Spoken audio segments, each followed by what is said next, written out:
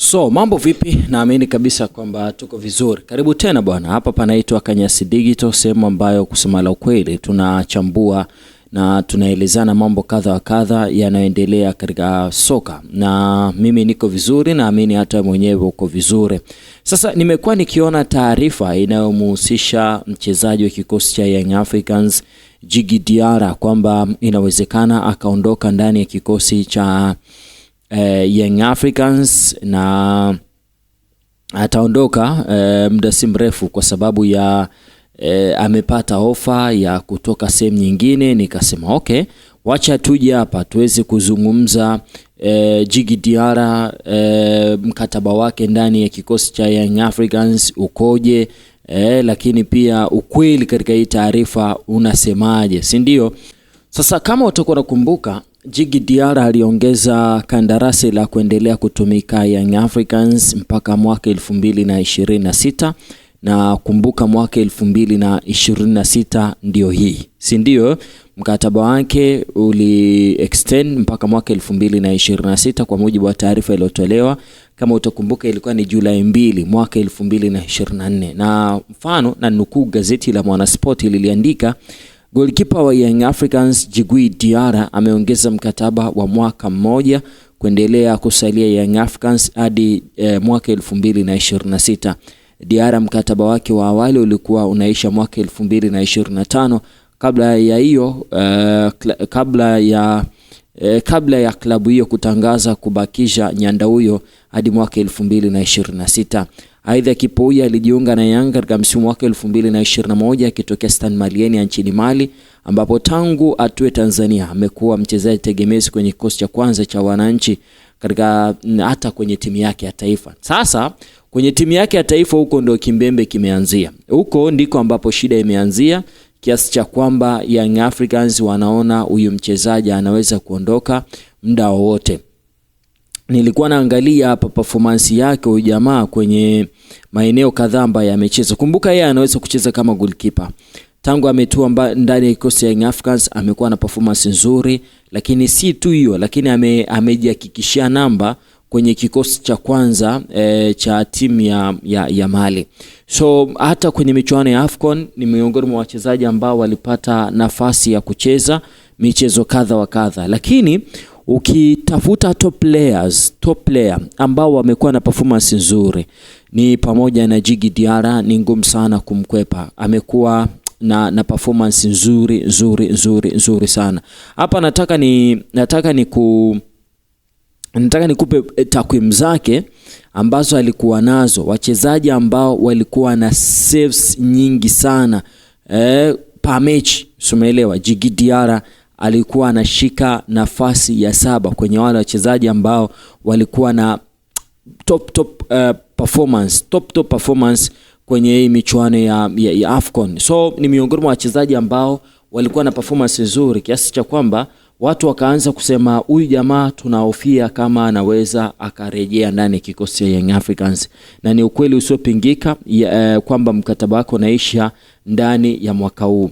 Diarra mkataba wake ukimalizika anaweza akapata timu. Yaani huyu kukosa timu hawezi kukosa timu. Hilo ni jambo la kwanza ambalo naamini kila moja lazima aliweke kichwani. Djigui Diarra kukosa timu ni kitu ambacho ni kigumu. Sasa hivi ana miaka 30. Amezaliwa tarehe 27 mwezi wa pili mwaka 1995.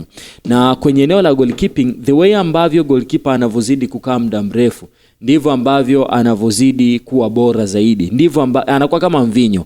Kadri anavozidi kukaa kwa muda mrefu zaidi ndivyo ambavyo anavozidi kuwa bora zaidi. So hii inawezekana ikawa ni moja kati ya sababu ya Young Africans kuona ni kwa namna gani inabidi wapambane kumbakisha huyu mchezaji bora. Lakini kwa mujibu wa taarifa nilizozipata kutoka ndani ya kikosi ya Young Africans, huyu mchezaji tayari amesharejea ndani ya kikosi ya Young Africans. Lakini amerejea kwenye hali ambayo Young Africans wanahitaji kuchagua vitu vitatu vya kufanyika. Jambo la kwanza,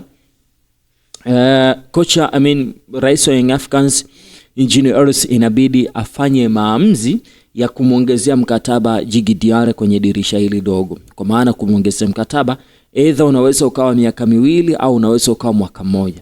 My concern is unaweza ukahitaji kumpa kandarasi la mwaka mmoja kumbe kuna timu nyingine huko ambazo ziko willing kutoa zaidi ya mkataba wa mwaka mmoja, labda miaka miwili au labda miaka mitatu. Ukumbuka ni mchezaji ambaye alikuwa na performance nzuri sana kwenye michuano ya kombe la mataifa ya Afrika. So ukiwa na performance nzuri kwenye michuano ya kombe la mataifa ya Afrika, maana yake ni kwamba unajitangaza kwenye vilabu vingine, either vilivyoko hapa barani Afrika au vile ambavyo viko nje ya bara la Afrika. Itategemea na management yako wewe ina uwezo wa kufanya kazi kwa kiasi gani, ina uwezo wa kutafuta masoko yaliyo bora kwa kiasi gani. Kama management yako itakuwa imara kwenye kuyatafuta masoko mapya, kama itakuwa imara kwenye kukuuza, maana yake ni kwamba michuano hii ya AFCON inastahili kuwa imekutoa sehemu moja na kukufungulia milango mingine. So kama Young Africans watasema tunakupa kandarasi la mwaka mmoja, and then ikapatikana timu ambayo inaweza kumpa kandarasi la labda miaka miwili, and then mshahara ukawa ni mkubwa zaidi, that means Young Africans watakuwa wanakaa kwenye position ya kumkosa.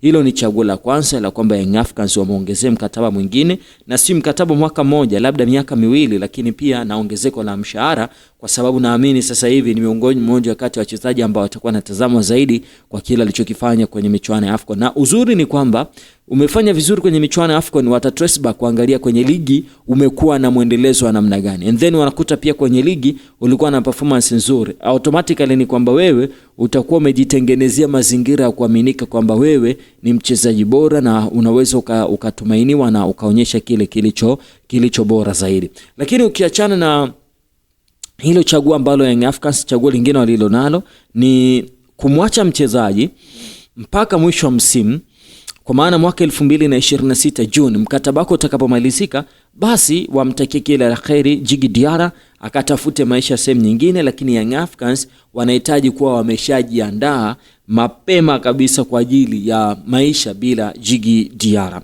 Lakini hilo ni chaguo la pili. Chaguo la mwisho ni kumuuza sasa hivi ili Young Africans watengeneze faida kidogo, kwa sababu kama itapatikana timu inamhitaji Djigui Diarra, inatoa fedha nzuri, maana yake Young Africans watengeneze faida hivi sasa. Kama watashindwa kumshawisha abaki, wamuuze sasa hivi ili waweze kutengeneza faida. Lakini Djigui Diarra hapa nchini Tanzania pamekuwa kama nyumbani kwake. I don't know kama anaweza kuondoka. Lakini on top of that, Young Africans wametambulisha mtu kwenye hilo eneo, na wamemtambulisha huyu si mwingine bali ni Hussein Masalanga, mchezaji goalkeeper kutokea ndani ya kikosi cha Singida Black Stars.